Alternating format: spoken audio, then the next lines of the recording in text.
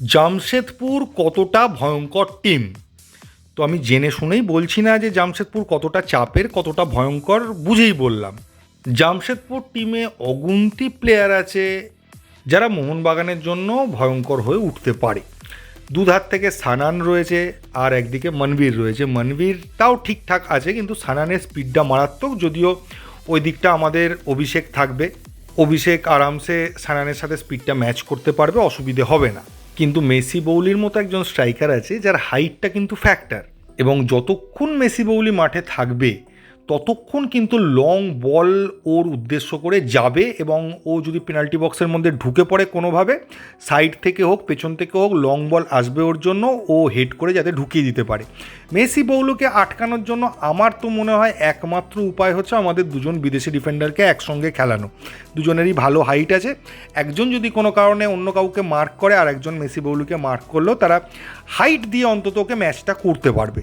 Stephen এই যে কী ভয়ঙ্কর, যারা খেলা দেখছেন অনেক দিন ধরে জানেন, গত বছরের কথা মনে আছে, আমাদের দুজন ডিফেন্ডার থাকা সত্ত্বেও কিন্তু ও সব একে ওকে তাকে কাটিয়ে একা গোল করে দিয়ে চলে গেছিলো। তো আমি বলছি না যে ও প্রত্যেকটা ম্যাচে ওরকম আবার আগের মতো সবাইকে কাটিয়ে গোল করবে, কিন্তু সেট পিসের সময় ওর বডি এবং ওর হাইট, ওর ফিজিক্যালিটি, এটা ফ্যাক্টর হয়।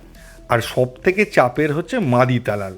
আমরা যদি হাইলাইন ডিফেন্স নিয়ে খেলি, মাদি তালাল কিন্তু সেই জনি কাউকোর মতো পেছন থেকে একটা থ্রু বল বাড়াবে, মেসি বৌলেই থাকুক বা অন্য কে যেই থাকুক না কেন, সে কিন্তু রান করে ধরে নেবে বলটা।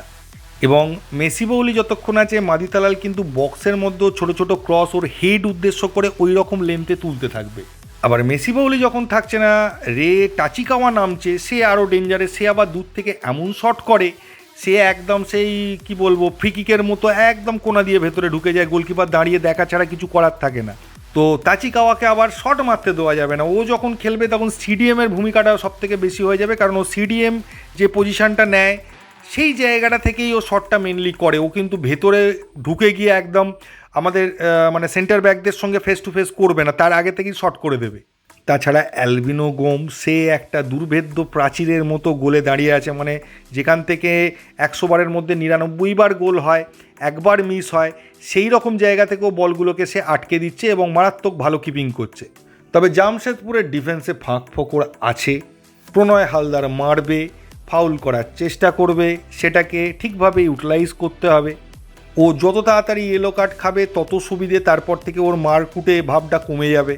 এবং জামশেদপুরের ডিফেন্সে যে ফাঁক ফোকরটা আছে সেইটাকে মোহনবাগানকে ইউটিলাইজ করতে হবে, এবং আমার ধারণা মোহনবাগান কিন্তু চান্স পাবে গোল করার। এবার কনভার্ট করতে পারবে কি পারবে না সেটা আমার পক্ষে বলাটা সম্ভব নয়, তবে ওদের যা ডিফেন্স দেখেছি তাতে চান্স ক্রিয়েট হবে, গোলের কাছে গোল করার মতো সুযোগও মোহনবাগান পাবে, কিন্তু গোল হবে কি হবে না সেটা ঈশ্বরই জানেন।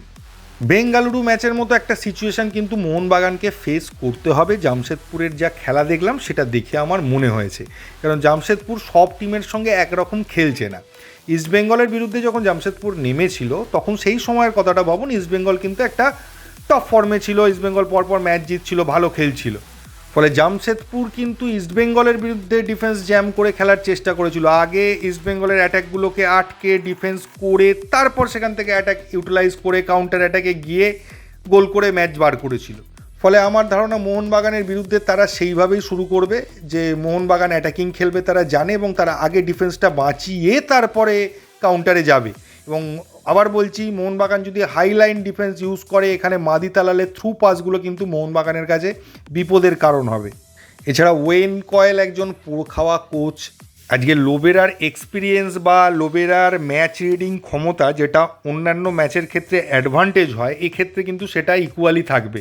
লোবেরা যেভাবে ম্যাচ রিড করতে পারে বা একটা চেঞ্জ করে ম্যাচ ঘোরাতে পারে, সেম ক্ষমতা কিন্তু ওয়েন কয়েলেরও রয়েছে, এবং সে লোবেরার প্ল্যানগুলোকে নষ্ট করে দেওয়ার প্রচেষ্টা প্রথম থেকেই করবে। ফলে সেই জায়গাটাও একটা চাপ আছে। সব দিক দিয়ে বিচার করলে জামশেদপুর কিন্তু মানে এই মুহূর্তে দাঁড়িয়ে টাফেস্ট ম্যাচ হতে চলেছে। এই ম্যাচ থেকে পয়েন্ট বার করতে গেলে শুধু প্লেয়ারদের খেললে হবে না, যে প্লেয়াররা 100% দিয়ে খেললো আর ম্যাচ বেরিয়ে চলে এলো, এত সহজ হবে না এই ম্যাচটা। এই ম্যাচটার জন্য স্পেশাল কিছু ভাবতে হবে লোবেরাকে, স্পেশাল তার অভিজ্ঞতা থেকে কিছু ট্যাকটিক্স ইউজ করে এই ম্যাচটাকে বার করতে হবে। তার সঙ্গে অবশ্যই প্লেয়ারদের 100% দিতে হবে, এবং গোলের সামনে গোল মিস করা একদম সামনে থেকে পয়েন্ট ব্ল্যাঙ্ক রেঞ্জ থেকে, এটা এই ম্যাচে অন্তত মানা যাবে না বা সেই সুযোগ থাকবে না। মোহনবাগানের সেট পিসের অবস্থা খুবই খারাপ। এই ভয়ঙ্কর সেট পিসের অবস্থা নিয়ে কিন্তু টুর্নামেন্ট জেতা যায় না। আগেরবার চ্যাম্পিয়ন হয়েছিলাম আমরা, তার জন্য আমাদের সেট পিসের একটা বিশাল ভূমিকা ছিল। তো সেট পিসগুলোকে ইউটিলাইজ করতে হবে, কিন্তু জামশেদপুর আবার সেট পিসগুলোকে ভীষণভাবে ইউটিলাইজ করার চেষ্টা করবে, সেটাকেও আটকাতে হবে। এমনকি মুম্বাই ম্যাচের থেকেও এটা টাফ ম্যাচ হতে চলেছে। আর তার থেকেও বড় যেটা, জামশেদপুরের মাঠে খেলা হবে, আমাদের মাঠে নয়, এটা আমাদের অ্যাওয়ে ম্যাচ।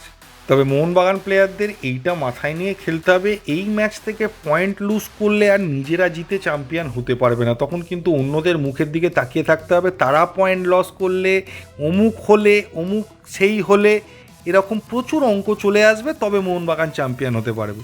তো সেই দিক দিয়ে দেখতে গেলে ম্যাচটা কিন্তু ভীষণ ইম্পর্টেন্ট ম্যাচ। এখনও পর্যন্ত যা সিচুয়েশান আছে, মোহনবাগান একটা ভালো জায়গায় রয়েছে। আর ম্যাচটা ড্র হলে জামশেদপুর মোহনবাগান দুজনেই লড়াই থেকে পিছিয়ে যাবে এবং মুম্বাই অনেকটা এগিয়ে যাবে। তো দুজনের কেউই চাইবে না যে ম্যাচটা ড্র হোক আর দুজনে মিলে পিছিয়ে যায়, দুজনেই ম্যাচটা জিততে চাইবে এবং সেই অ্যাপ্রোচ নিয়েই তারা খেলবে।